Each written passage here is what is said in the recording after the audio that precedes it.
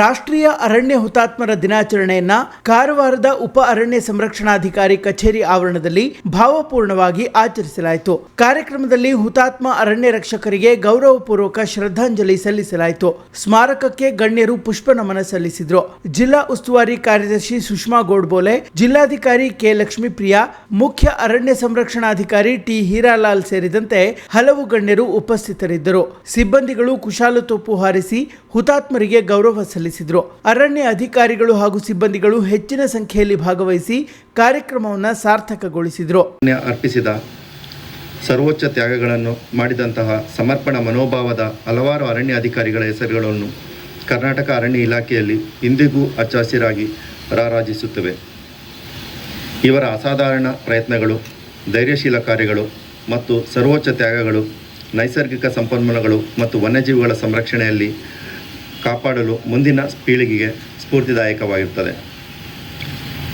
ಇಂತಹ ಆದರ್ಶ ವ್ಯಕ್ತಿಗಳಲ್ಲಿ ಉಪ ಅರಣ್ಯ ಸಂರಕ್ಷಣಾಧಿಕಾರಿಗಳಾಗಿದ್ದ ದಿವಂಗತ ಪಿ ಶ್ರೀನಿವಾಸ್, ಭಾರತೀಯ ಅರಣ್ಯ ಸೇವೆ ಇವರು ಒಬ್ಬರು. ಕಾಡಿಗಾಗಿ ಜನನ, ಕಾಡಿಗಾಗಿ ಜೀವನ, ಕಾಡಿಗಾಗಿ ಮರಣ ಎಂಬುದನ್ನೇ ತತ್ವಗಳನ್ನಾಗಿ ಇಟ್ಟುಕೊಂಡ ದಿವಂಗತ ಪಿ ಶ್ರೀನಿವಾಸರವರು ದಂತಚೋರ ಮತ್ತು ಕುಖ್ಯಾತ ಶ್ರೀಗಂಧ ಕಳ್ಳ ಸಾಗಾಣಿಕೆದಾರರ ವೀರಪ್ಪನ್ ನಯವಂಚನೆಯ ಚಕ್ರವ್ಯೂಹದಲ್ಲಿ ಸಿಲುಕಿ 1991 ನವೆಂಬರ್ 10 ವಿಧಿವಶರಾದರು. ಮರಣೋತ್ತರವಾಗಿ ನೀಡಿ ಗೌರವಿಸಿದೆ.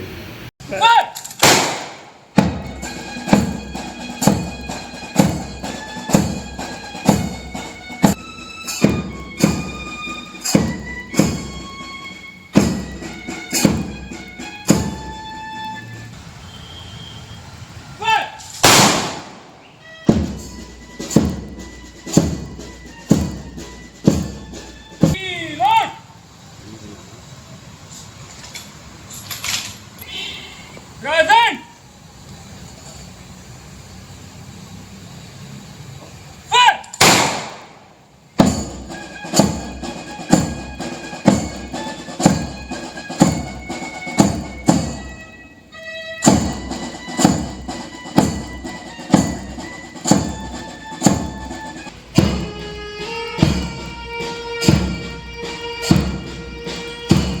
ಈ ಕಾರ್ಯಕ್ರಮದ ಅಧ್ಯಕ್ಷರು ಆಗಿರುವಂತಹ ಶ್ರೀ ರವಿಶಂಕರ್ ಸಿ, ಭಾರತೀಯ ಅರಣ್ಯ ಸೇವೆ ನನ್ನ ಉಪ ಅರಣ್ಯ ಸಂರಕ್ಷಣಾಧಿಕಾರಿ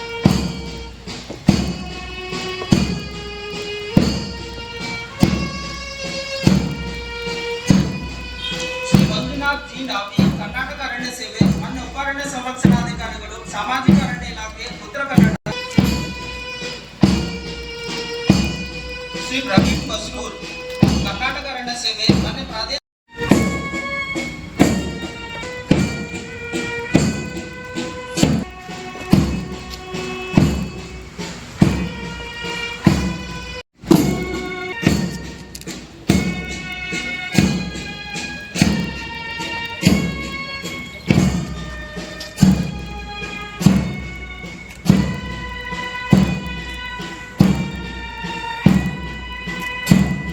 ಕಾರ್ಯಕ್ರಮ